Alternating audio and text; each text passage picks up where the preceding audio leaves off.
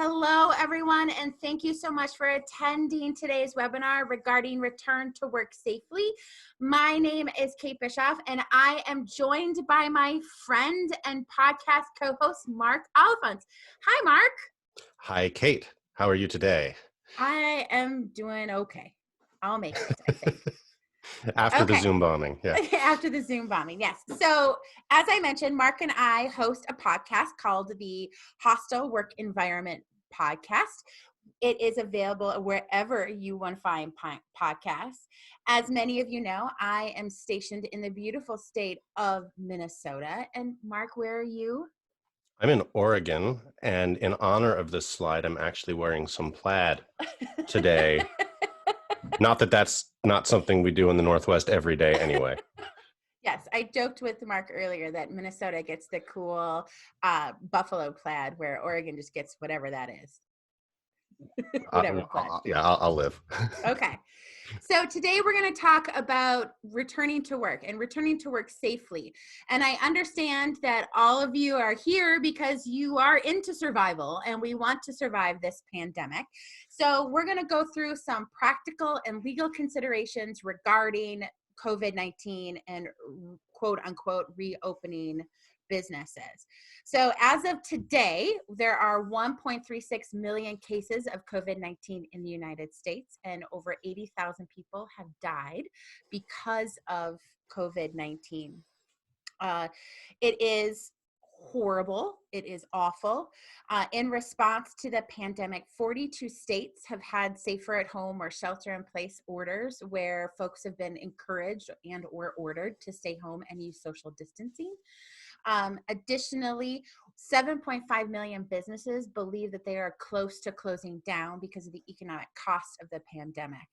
And as we go through, we're only just starting to learn more and more about the pandemic itself. Oh, look at Adolf Hitler joined us. So hold on, let me get rid of Adolf Hitler because he seems to be special.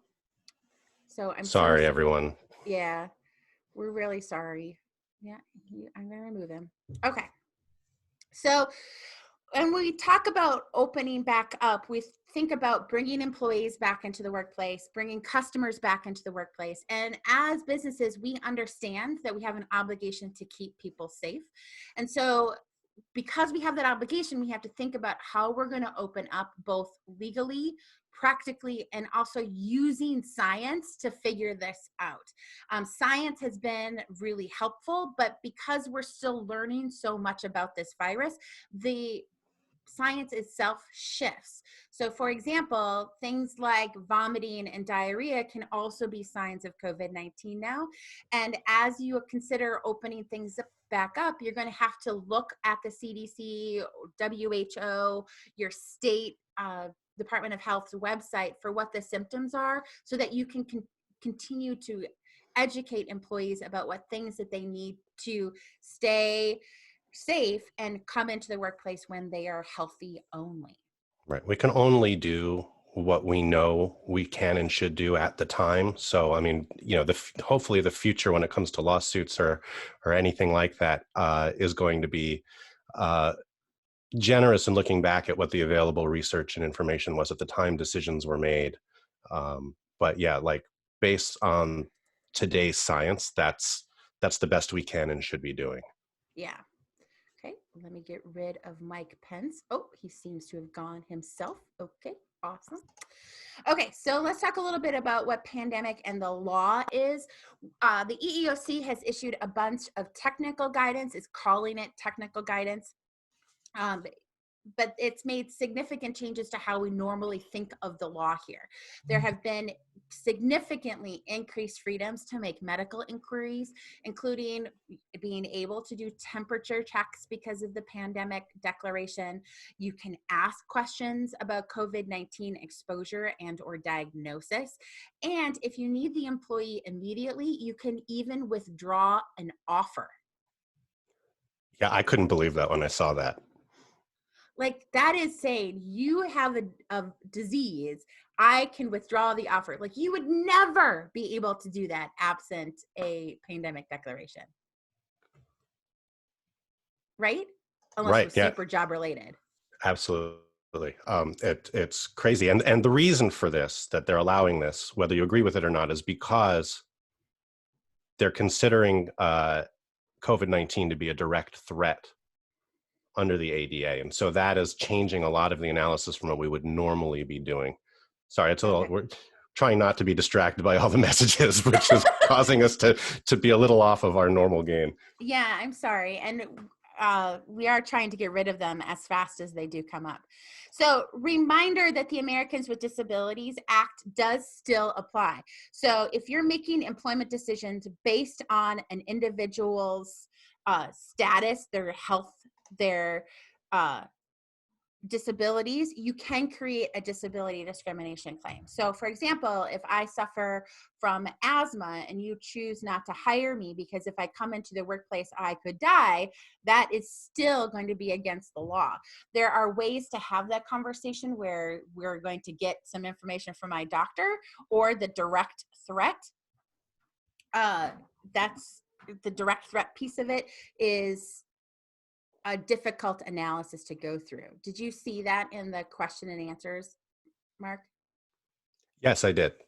So the direct threat analysis, it usually when we have a direct threat analysis, we have to get a doctor's advice.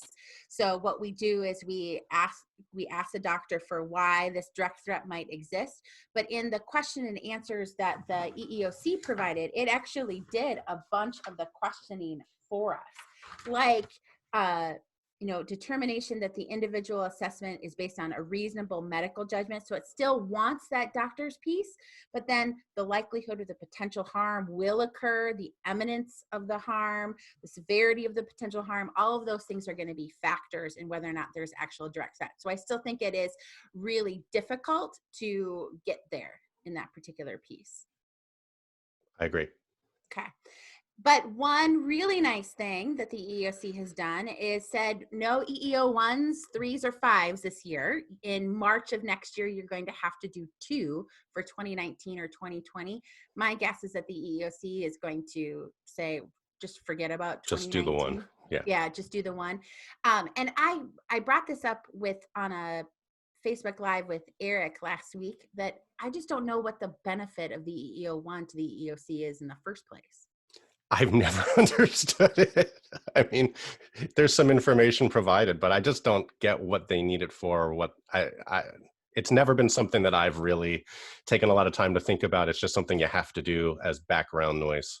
Yeah, I think if you have an investigation from the EEOC is going to look at your EEO 1, but what is it going to determine from that EEO 1 other than, oh, look, they have a lot of white people. So, yes. Again, folks, we are so sorry about what's happening in the chat. It's difficult to turn it off, but if you have questions, please put them in the Q&A section. Okay. So some additional things that are happening with the law, as many of you know, the Families First Coronavirus Response Act has taken up a significant amount of our time over the past 2 months. And this applies only for employers who have fewer than 500 employees. It provides emergency paid sick leave of up to 80 hours for full-time employees for 6 specific reasons, one being a little bit more general, more catch-all piece of it, but those other 5 reasons are very specific. And also expanded FMLA for child care purposes. Both the emergency paid sick leave and the expanded FMLA provide some sort of paid leave for employees. And so if you are not familiar with those, Google them. You can see a copy of the Zoom webinars that I've done on my website. We've talked about it extensively for the last couple of months. There's lots of really good summaries out there online as well that really kind of put it into a nice package for you. So yes, and while it has a significant typo, which may have been changed because I haven't looked at it for a bit, but the DOL has a poster related to COVID and its FFCRA Act. So if you want to look at that poster, it provides you a pretty good thumbnail of what you need there as well. Okay. The pandemic has also changed how we do some onboarding. If you are lucky enough to have employees who can work from home, you're not bringing them into the office to do onboarding anymore. You can look at I-9 documents over video chats. The USCIS has really changed how they are doing those document scans. And once you're able to look at them physically in person, again, you'll have to do that. And there are a bunch of wage and hour issues with folks being at home. And how are we going to be tracking documents? How are we going to be looking at time and attendance, those kinds of issues, and without necessarily hurting exemption statuses. Yeah, I was just going to throw in here. I mean, the number one wage and hour risk that I would always see, even pre-pandemic, was especially for folks who work at some amount at home, is working off the clock. And how do you know that they're really working the amount of time that they put down? That's just magnified, I think, 10 times Yeah. with almost everybody working from home. And this really speaks to your hourly population. For the exempt population, we don't care quite as much about that. But for time tracking, when you get the DOL audit, they don't really care whether what you paid right? Like, they don't care if the person lied to you or worked off the clock and you didn't know about it. You're still on the hook for it. So whatever you can do to ensure that the time that's being worked is actually worked and that they're not working other time, it would be in your best interest. Yes, absolutely. Okay, so let's talk about some considerations for bringing people back to work. I'm going to go through a bunch of different ones, and I'm doing this placeholder as things that I want you to think about before bringing people into the workplace. And one of them, and I also, quick caveat, I have not left my house this morning. I have taken a shower and washed my hands so I can touch my face. Okay, so what does your workspace look like? Okay, do you have a lot of common areas, like common break areas, conference rooms, etc.? You're going to have to think about how those spaces are being used, in particular to break rooms like refrigerators, microwaves, because those are things people are touching a lot. So do you want to have people still using those? What do entryways look like? How many doors do people have to go through, and how are you going to be cleaning those doors? Because again, people are going to be touching them frequently. And then your workstations, do you have a lot of cubes that are next to each other, or is everybody in offices? Those kinds of things. If you're particularly to manufacturing, how close do people actually get? We're hearing stories out of a pork processing plant in Waterloo, Iowa, where people are elbow to elbow, and they now have over 1,000 cases of COVID-19 in those particular areas. Again, I am so sorry for what's happening in the chat.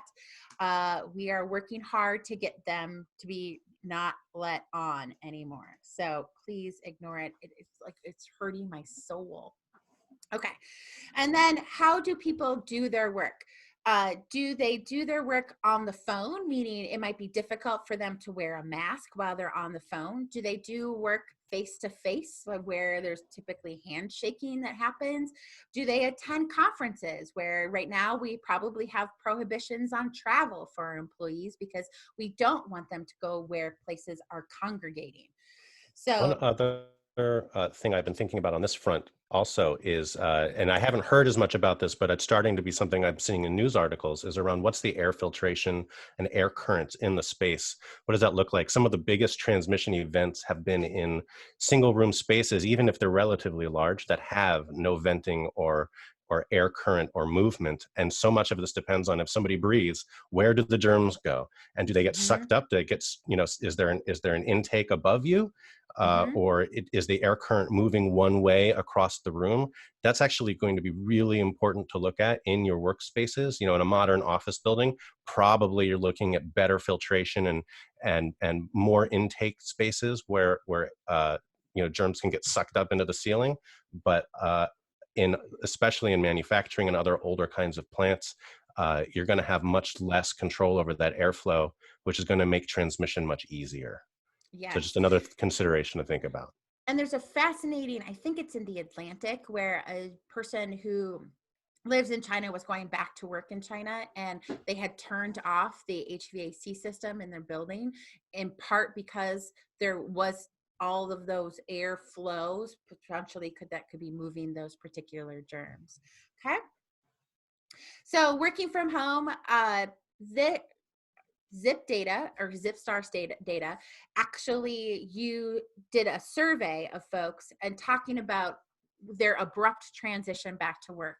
80% of those people who went back to work said that they can manage interruptions from coworkers much better, maybe because they can hit mute on the Zoom chat. That 66% prefer working in the office or workspace. That might be because particularly I miss my printer a great deal. I mean, my printer at home works. It's okay. But I miss not worrying about running out of toner. And 65% feel their productivity has actually increased from working from home. So even if the shelter in place, the safer at home orders, and working from home is still the safest option for employees who can, there are many organizations like Google that have said working from home will be the norm through 2020, through the rest of the year. So many may want to stay working from home. What do you think? I think that probably yes. And I actually thought these numbers were interesting, especially the middle one doesn't seem consistent with the other two.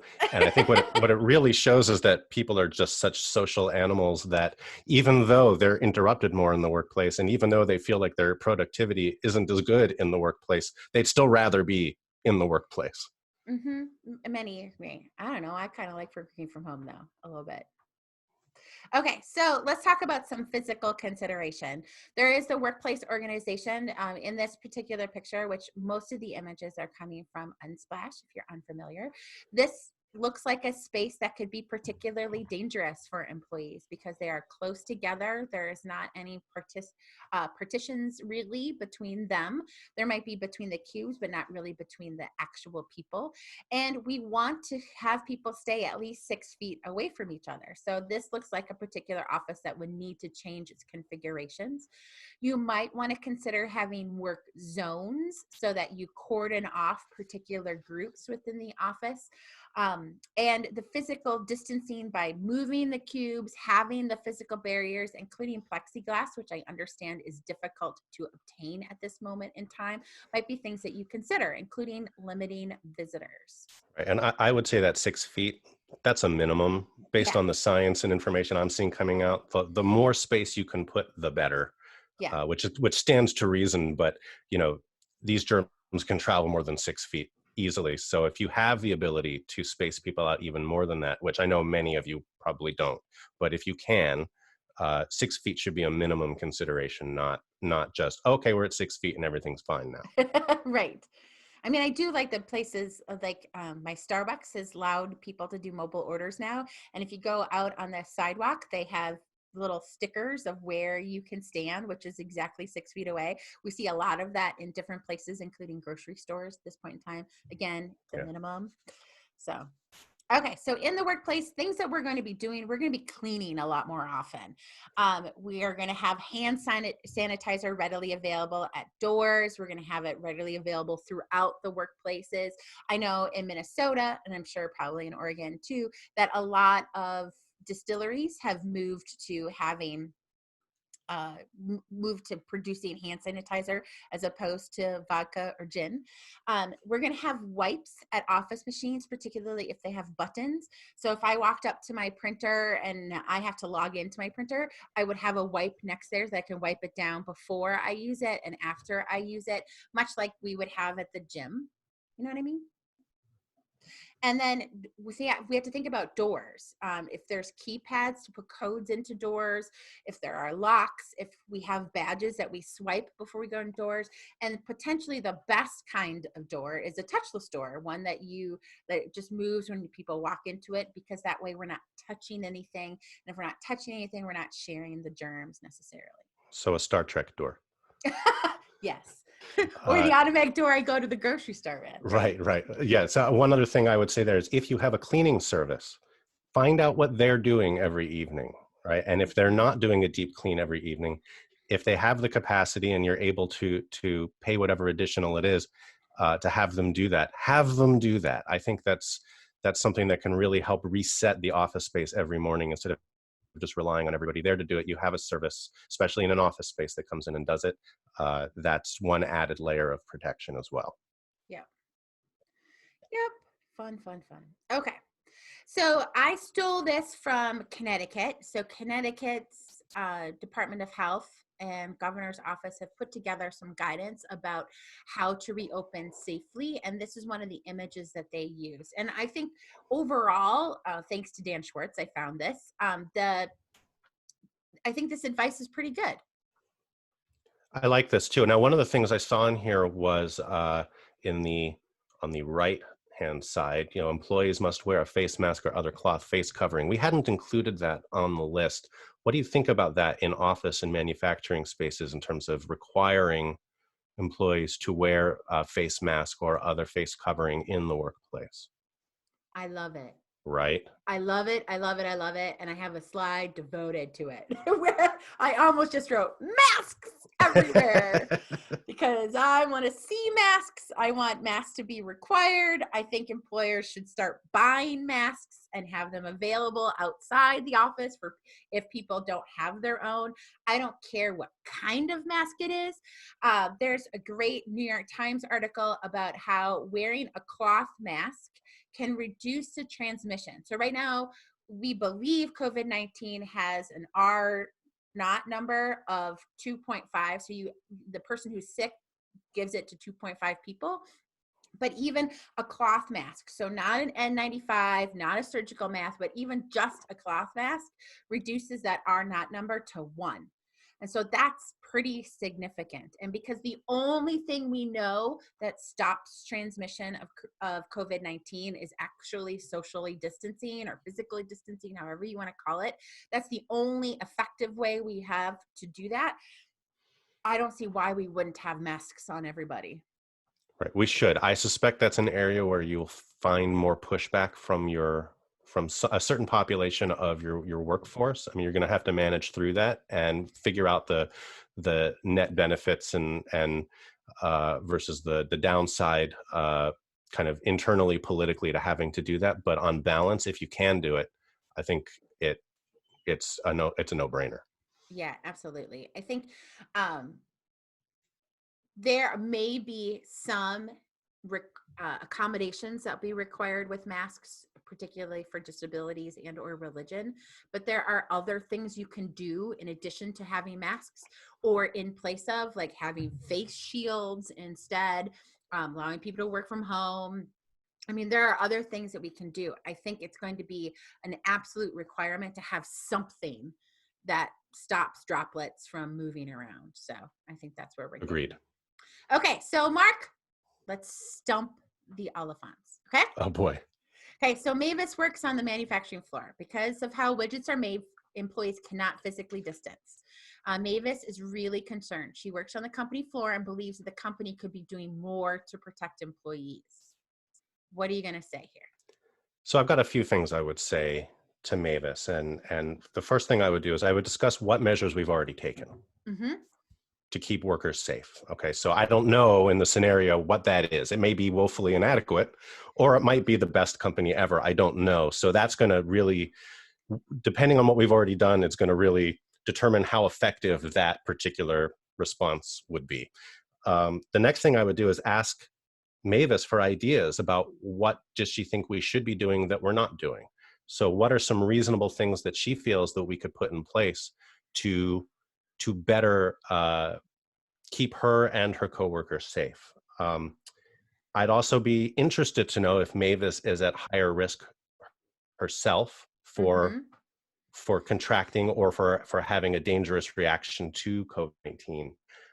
And I'd also want to know more about the workplace here, just for the scenario purposes, what accommodations are possible for her in her work, right? It's a manufacturing floor, so it's probably not something she can do from home, but what are some things that we can do in that workspace that can help her out?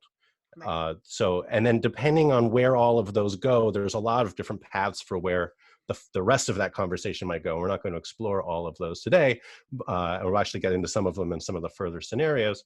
But I think that engaging in a dialogue is always going to be your first best bet. And one thing that I'd say here, and I think this goes for pretty much all of the scenarios that we're talking about, if you can approach each of these conversations with common sense and compassion, most of the time, you're not only going to be legally compliant, you're going to be morally compliant. You're going to get to the right answer no matter what. And so that's where I'm approaching each of these scenarios from. And in particular, for someone like Mavis, I want to know, what does she want? What does she feel like she needs? And what can I do for her as the employer?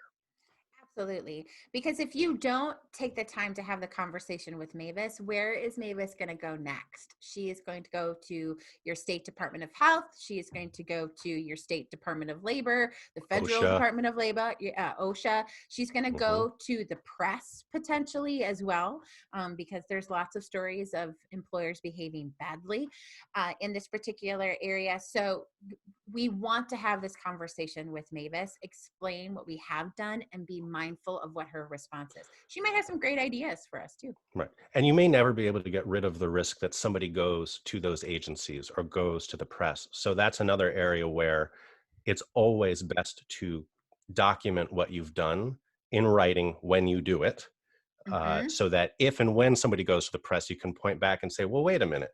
When that reporter calls you up, no, here's all the things that we did and we're doing this right. And we had this great conversation with Mavis and we're sorry that she doesn't feel like it was adequate, but here's the things that we've actually done. Right, right. Okay, so here's my mask slide. I truly believe that masks are going to be something we are going to require. We know that places like Costco are requiring masks as customers and employees. And so I expect that we're going to be not seeing each other's lips for quite some time, right? I agree. Yeah. Zoom lips only. Zoom lips only. Yes. Maybe on Facebook when we're taking pictures of us and our children for Mother's Day, etc. But yeah, I don't think we're going to. Immediate family unit lips only. Yes, I think that's going to be where we see lips. The reason being is because if we're stopping the droplets from transmitting, if I have COVID-19, I'm going to save you. Your mask protects me, my mask protects you. So we want to have these. If you are an employer, you can require masks with the additional accommodations for individuals with disabilities who may not be able to wear masks, and or individuals of particular religions that might have difficulty wearing masks because of the other religious clothing that they might be wearing. But there are ways around that, including face shields that might be able to help and might be reasonable accommodations. It is going to be absolutely necessary to be safe for everyone, and you don't necessarily need to have the surgical masks. In fact, if you can not purchase surgical masks so that hospitals and doctors can get them, that might be the best thing to do. But getting some sort of face mask is going to be necessary. I would recommend the employer make those purchases, but if you want to allow employees to bring their own, I'm going to think of this as the BYOM policy you might have, right? Yeah. So I like that. Okay, so they're going to be coming back into the office. We're going to ask about how many employees in the office and can they be spaced out? So there are particularly I love the manufacturing. picture on this, by the way. Kate did. We haven't talked about any of these slides. Yeah, that was a poster in my room growing up. That picture, and it's the first untethered spacewalk in history. It also is how George Clooney dies in that one movie. So not recommended for normal people to do. People don't have to be spaced out that far. Yes. Right. But we're going to be thinking about staggering shifts and days. Some of my manufacturing clients have moved to having employees come Monday, Wednesday, Fridays, and then the following week they do Tuesday, Thursday, and then they switch. So they've broken their groups up in half and kind of have figured out how to do that.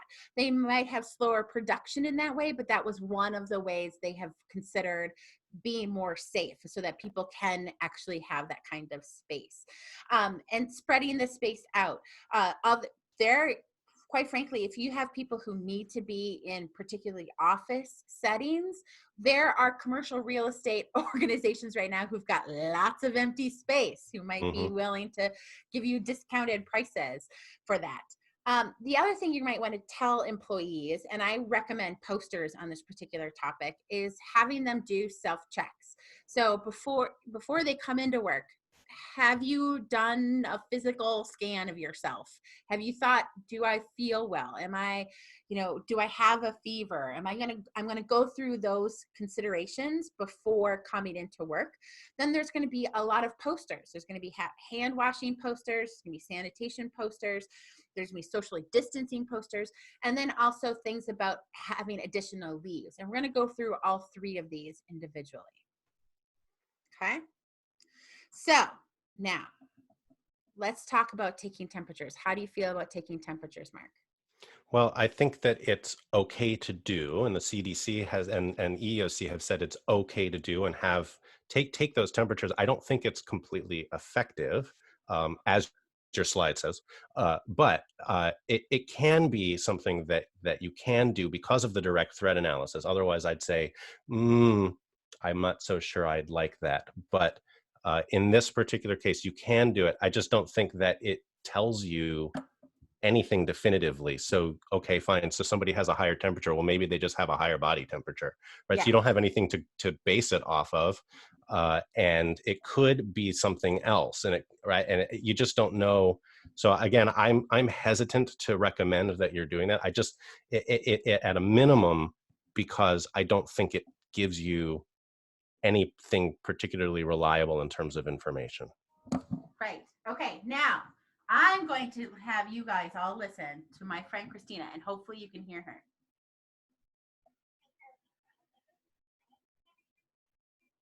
Oh, you can't? I can't hear. I'm sorry.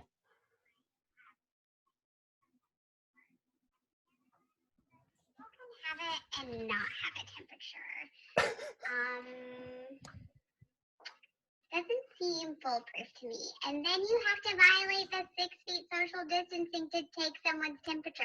Who's getting close enough to people to take their temperature? I'm not doing it. Also, you don't get to take my temperature.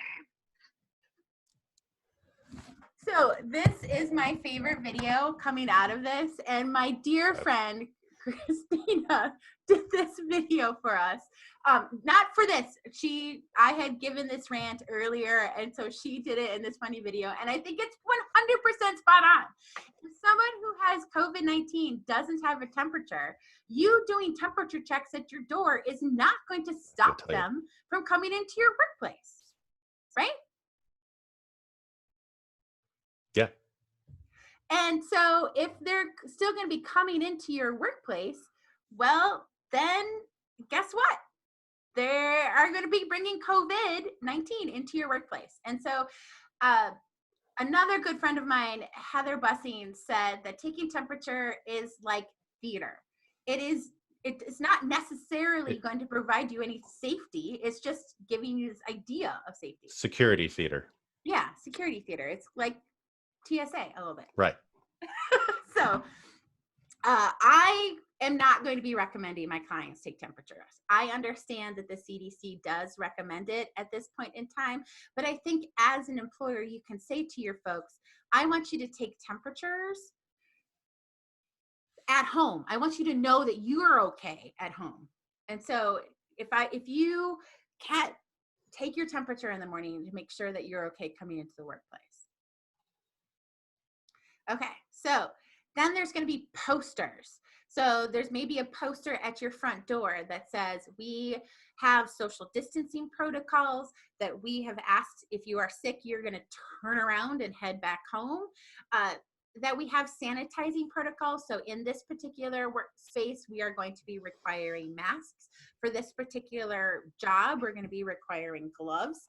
In this particular job, we're going to be requiring training. So that if you are responsible for cleaning tools, for example, we might give you training on how to do those sanitizing properly. And then there is the Department of Labor's Families First Coronavirus Response Act poster that you also need to have up.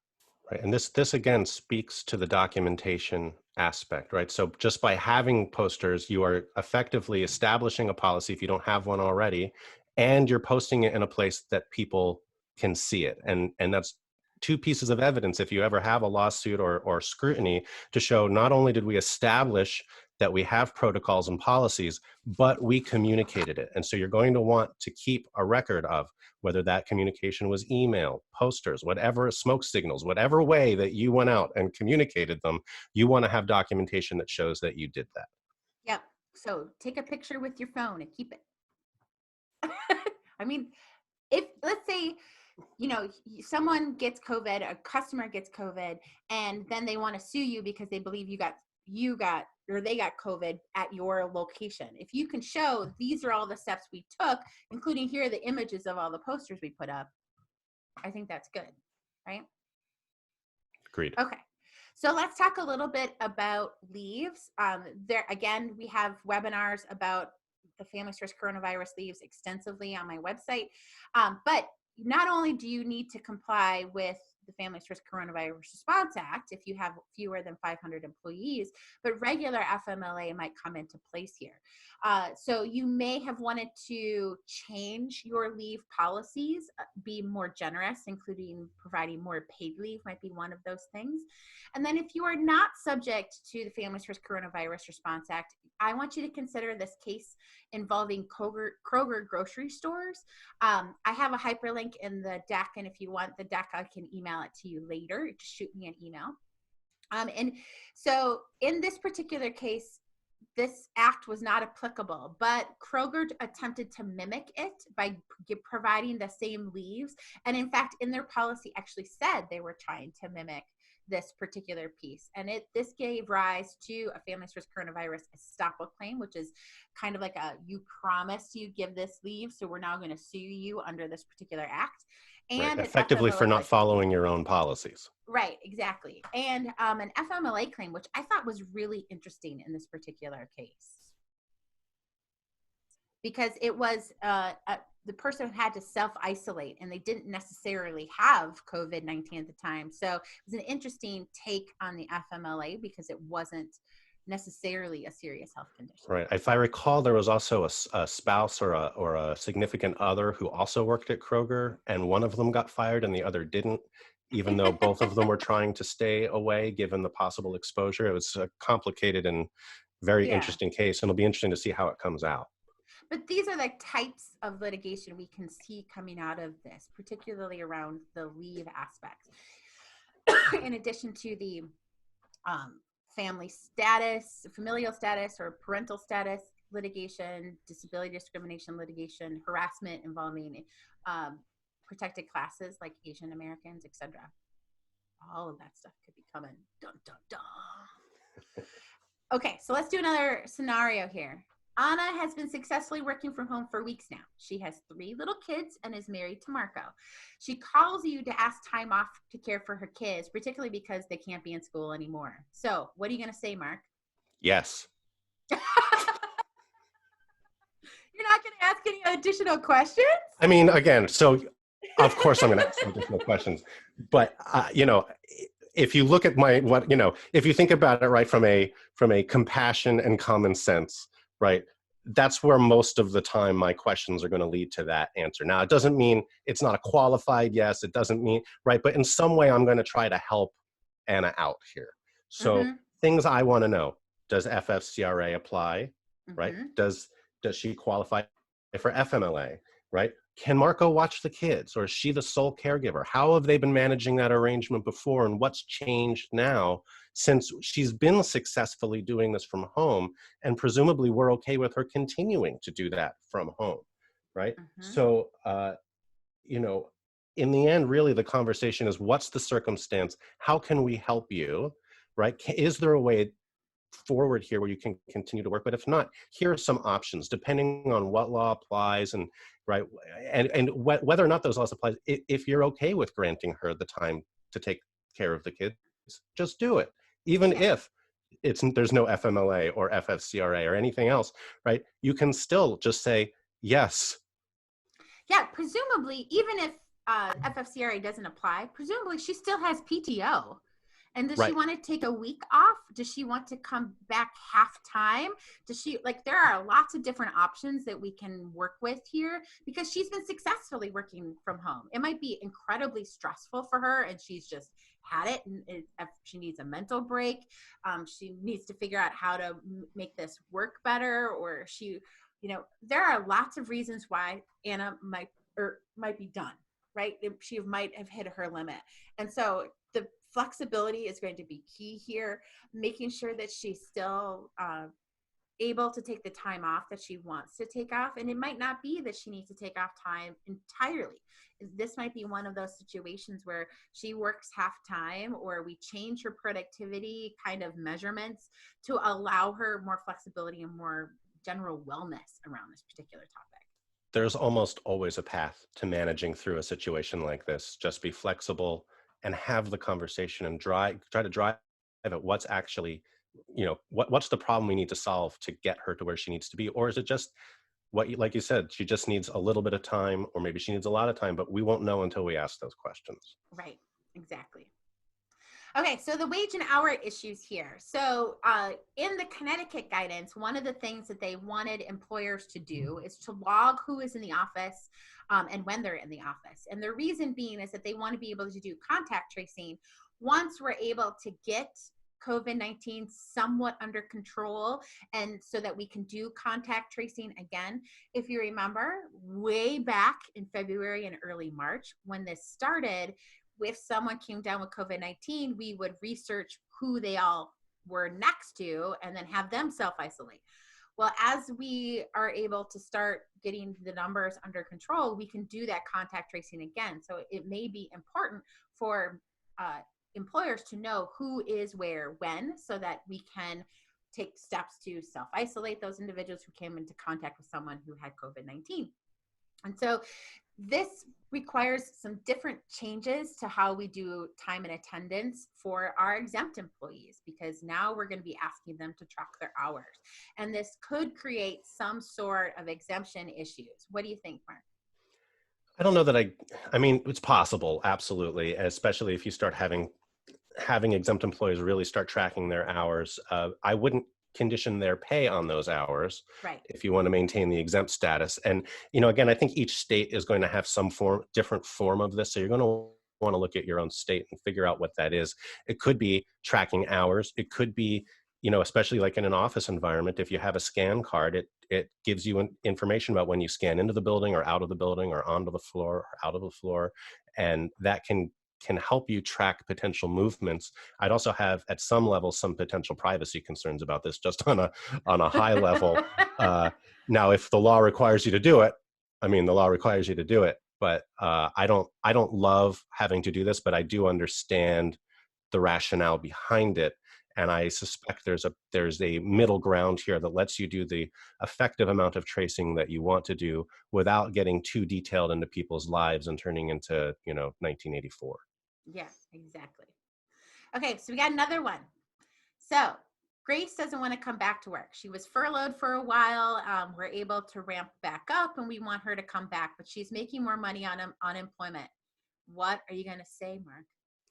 Yeah, it's an interesting question because it's happening in a lot of places. The $600 additional federal payment is supplementing on top of what you'd get from the state unemployment, is actually causing many, many workers out there to make more on unemployment than they were in their actual jobs. And so I think that there's a couple of different ways that you can approach this. You know, first of all, there's some states out there that might disqualify Grace from additional benefits unless her reason for not coming back to work is corona-based. I think I remember John Hyman saying that Ohio might be one of those states, and I believe there's some states where if you refuse to come back to work, then the benefits go away.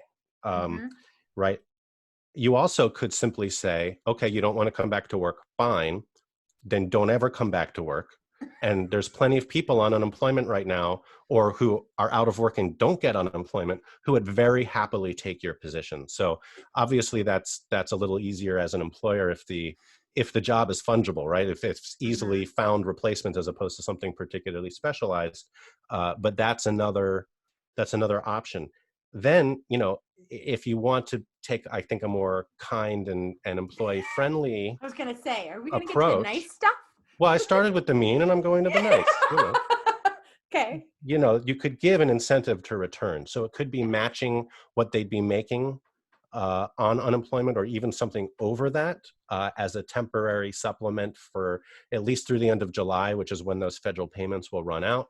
Or you could even have it go for longer and say, come back now, we'll pay you that same amount longer than July. We'll pay it through the end of the year or whatever. Now, obviously, that's going to be a struggle for certain employers who are already financially strapped through all of this, which the whole reason that they furloughed or laid the person off in the first place is they couldn't afford that.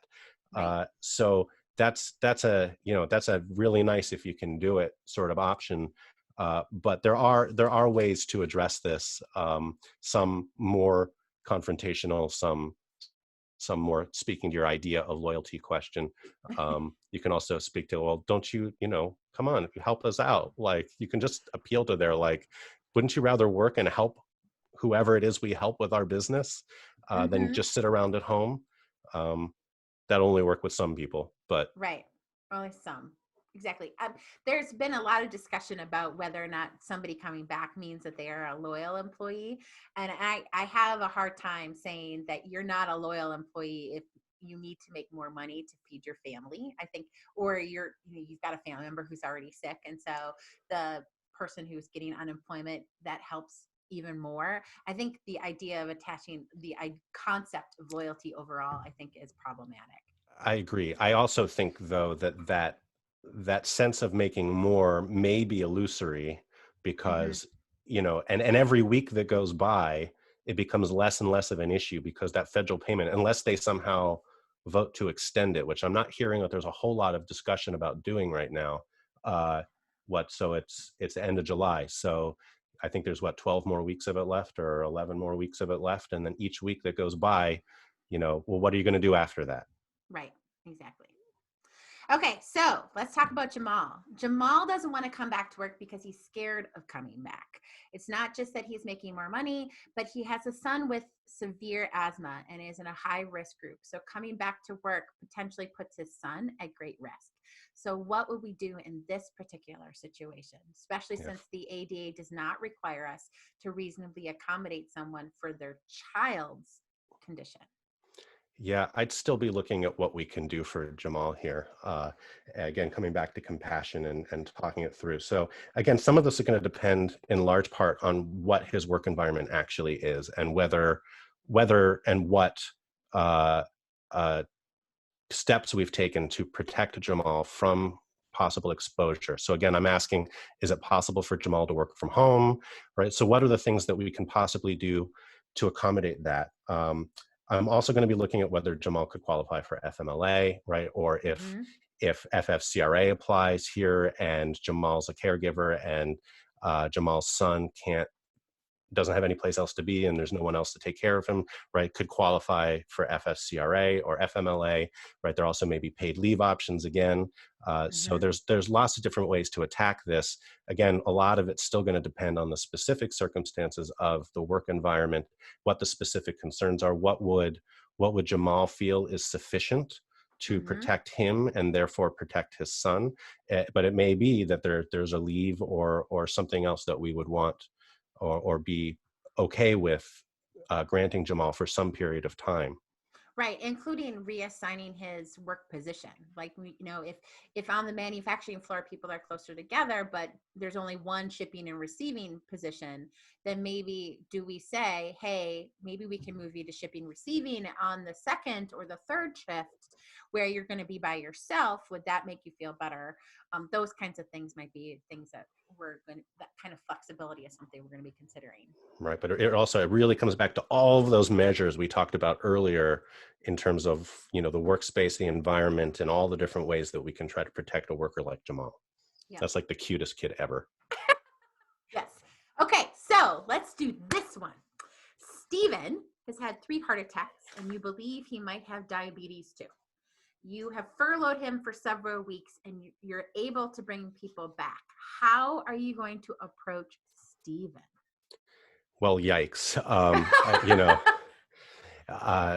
this is a difficult conversation. And one of the first things I would want to just point out here is be careful about what you believe to be true. Mm-hmm. So he may not have diabetes. And if you believe he has diabetes, then you have a potential perceived disability claim here.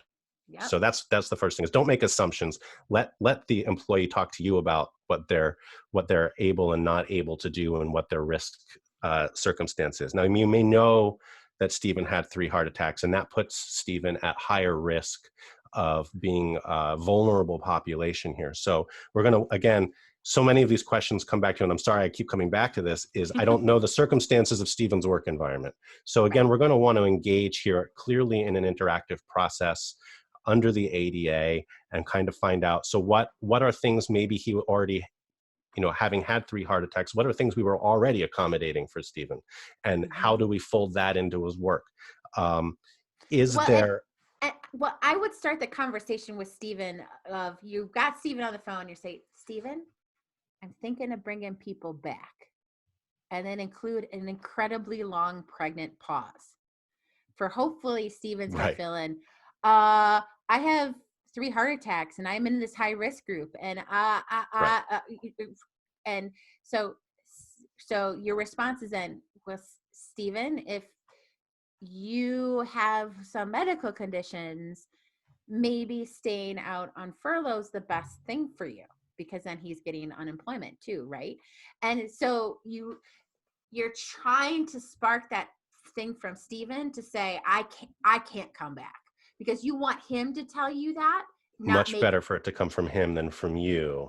Right. And you don't want to approach somebody and be like, well, I already know about your conditions, so you can't come back. Come back, right. Because that is the basis of most disability discrimination's claim, is the preconceived notion we have in our head that we are paternalistically sharing with people and say, well, you can't do that, or blah, blah, blah. That's the root of a lot of those kinds of claims. If you let Stephen start that conversation and he says that he can't come back, then we're down the road of keeping him out on furlough so he gets unemployment, or bringing him back and giving him some sort of leave or additional accommodations that make him safer in the workplace. And so even though the U.S. Supreme Court decisions have been, if you know an accommodation is necessary, you have an obligation to start that interactive process. I think that's absolutely right. But in this particular case, because he is maybe safer at home, maybe his job won't let him, stay at home while he's working, then keeping him out on furlough might be the best situation for Steve, but you can inadvertently get yourself in a disability discrimination claim very easily here. Right. And this is the best advice under any circumstances. There might be more that you can do currently with COVID because of the direct threat analysis and approach and things that you're now allowed to do. I wouldn't go there unless you have to. Really, just engage in that interactive process like you would otherwise. And again, I like your pregnant pause solution to that, which is, so, hey, we're going to be bringing people back, ...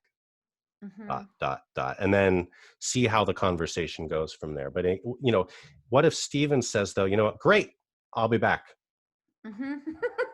No problem. I'm excited to come back. Then I'm going to say, Stephen, is there any accommodations you might need? Because again, I'm going to know about the heart attacks, probably because he had FMLA at some point or some kind of leave for those. Are there any accommodations you need to do your job? Exactly right. So, and that puts the onus back on him for that piece of it. Okay, so I promised in all of the announcements for this particular not podcast, but webinar, that I promised that I would give you a list of things we should not see again. And in my list of things that we should never see again are company potlucks. Because people can't make food without being close to the food, which means there might be corona on the food. In addition to, people are gross, and I don't like company potlucks in the beginning. So, other things that we're not going to see again, blowing out birthday candles, because those droplets come out of your mouth. Kissing on cheeks is a greeting. I mean, not that I will get the opportunity to go to Europe anytime soon. Right. I mean, you basically just shut down France. And I'm okay with that. Oh, ouch. Oh, the French and I have a very hate relationship. Oh, see, this French major is a lover of all things French. When they yell at you for taking too many croissants at the all-inclusive resort on Mauritius, then come talk to me. And then I think we're not going to be tolerant of close talkers anymore, because you're getting into my personal space and your droplets could be close, even if you've got a mask on. So I think those are the things we're not going to see again. Is there anything more you think? No, I think this makes sense, and it's the right. It's sort of the right way of looking at it. I think, again, permanently, I don't know if I'd say that, but for the foreseeable future, this is what it is. I mean, maybe there's some unlikely scenario and we have a vaccine in 4 months and everybody's good to go and everything's completely back to normal until the next time. But I just don't see that happening. And I think that these are some very basic things that, obviously are all related to transmission that we shouldn't be doing and won't be doing for quite some time. Yes. Okay, so I didn't like the close talkers anyway. Me neither. Okay, so this is the opportunity for you guys to go into chat and do some light, gentle teasing of Marc in these glasses in these pictures, because I think they're hilarious and adorable. But also, if you have any questions, give us some questions. For example, we've got one from Jessica who says, if someone does get sick in the workplace, could this be considered a work comp claim? It's going to be hard because how do you know where they got it? Yeah. Who's going to be able to say, I got this in the workplace because of work? There's no way to, maybe if you have a circumstance where it's a factory floor and there's transmission to everybody and it's clearly a work-related event, I could see it getting there because of that. But if it's a one-off and you just happen to get it, you might be able to say, well, I literally came in contact with nobody other than people at work, and I don't live with anybody else at home, or I live with some other people at home, but they've literally had no contact with anybody else. But unless you can say those things, I just don't see how you're going to be able to definitively tie that back to the workplace enough for it to be workers' comp. Right. And I think hopefully we'll get there again, where we'll get to the contact tracing and we'll be able to say, these are the vectors of which you got it. I think those are, absolute possibilities. But there may be situations where work comp carrier is going to say, no, you can't get close enough to saying that this is the actual case. And that's all. And that contact tracing is only when we're at the very tail end of this, theoretically, is where we're going to get that. Okay, do you think we're going to see other kinds of ADA claims, like you aren't enforcing social distancing or my anxiety has a spike? Yes, I think we will see those claims. Yes seems to be an easy answer today. No, I think yes, absolutely. I think it's a great question. And again, it comes down to around ADA, FMLA, both of those can take into account disabilities based on mental conditions or serious health conditions based on mental conditions.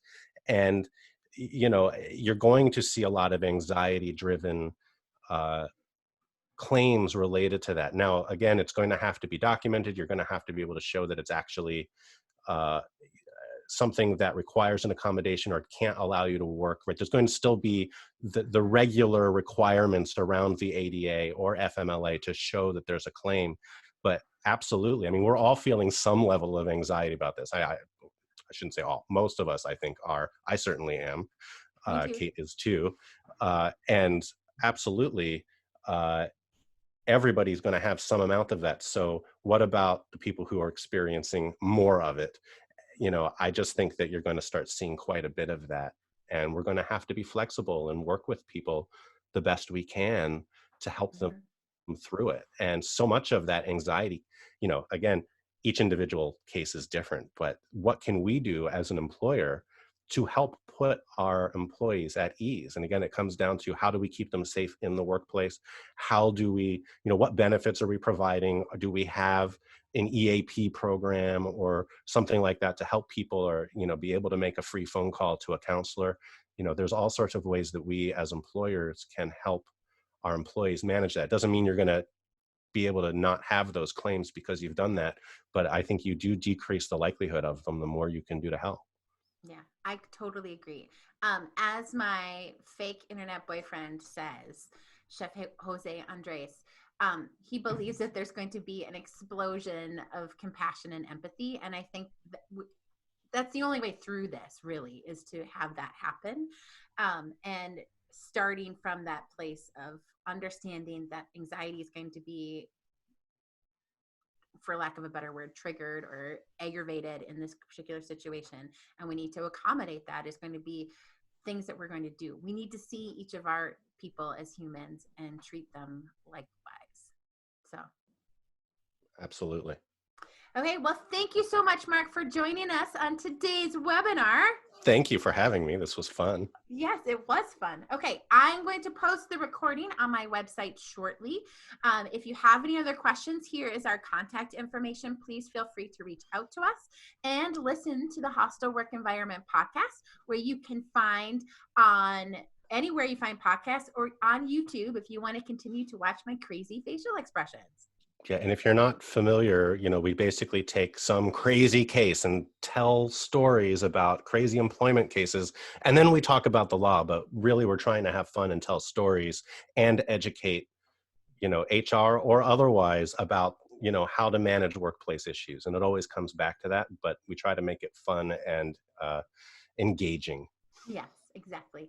Well, have a good day, guys. Please stay safe. Thank you, everyone.